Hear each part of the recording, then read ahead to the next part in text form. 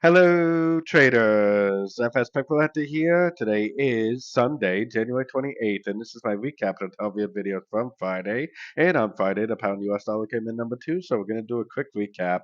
If you'd like to see my full top-down analysis on the pound dollar, make sure to check out the video that I made Friday morning, linked at the end of this video over here.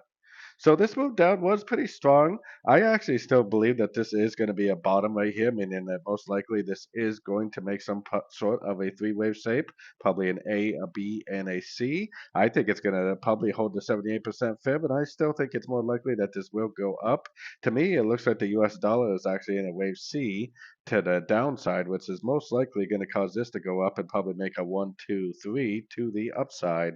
So if you can get in at the end of this crescent right here, I think that's going to be a great opportunity to go long, hopefully for the continuation of a wave three and the continuation of the higher time frame uptrend. So don't forget to join my free Discord channel. The link for that is on the screen and in the description. Thanks and happy trading.